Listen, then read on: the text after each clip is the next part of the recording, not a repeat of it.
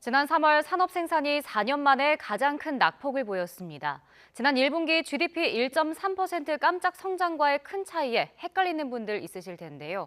경기 전망의 불확실성이 커지고 있는 상황을 이승은 기자가 분석해드립니다. 지난해 11월 이후 넉 달째 이어졌던 전산업 생산 증가세가 5달 만에 하락 반전했습니다. 통계청 3월 산업활동 동향을 보면 전산업 생산이 한 달 전보다 2.1% 줄었습니다. 4년여 만에 최대 낙폭입니다. 관공업이 3.2%, 건설업 8.7%, 서비스업이 0.8% 줄었습니다.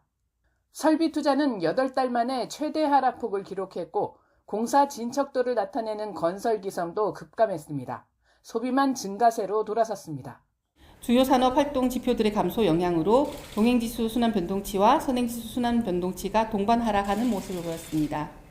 1분기 GDP 1.3% 성장에도 불구하고 이 같은 3월 산업 동향은 경기 회복세에 대한 불안감을 줍니다.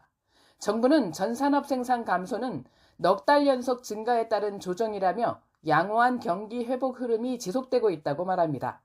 1분기 전체를 보면 5분기 연속 증가세라는 겁니다. 또 산업활동 동향과 GDP의 제조업 경기와 소비 지표가 큰 차이가 있는 건 조사 범위와 계산 방식의 차이 때문이라고 설명합니다. 산업활동 동향에 나타난 지표 자체는 전반적인 경기 흐름을 빨리 포착하는 데 측면에서는 굉장히 유효하지만은 전체적인 경기 흐름은 GDP 쪽을 통해서 보시는 것이 맞지 않을까 그렇게 보고 있습니다. 전문가들은 하지만 선행 지표격인 산업활동 동향을 의미심장하게 봐야 한다고 지적합니다. 1분기 GDP 깜짝 성장률 배경에는 워낙 안 좋았던 지난 4분기 건설 경기에 따른 기저효과와 정부 재정 조기 집행이 있다는 분석입니다. 설비 투자가 전월 대비 큰 폭으로 감소를 한 것, 이것이 가장 큰 차이점이고요. 선행 종합지수 순환 변동치도 역시 하락하고 이런 것들이 다 향후 고금리의 영향으로 투자도 침체되고 소비도 서서히 침체가 돼서 경기가 침체될 것이다라는 것을 시사하고 그 대신에 물가는 추세적으로 안정될 것을 시사합니다. 수출, 그중에서도 반도체 중심의 반쪽 경기 회복세.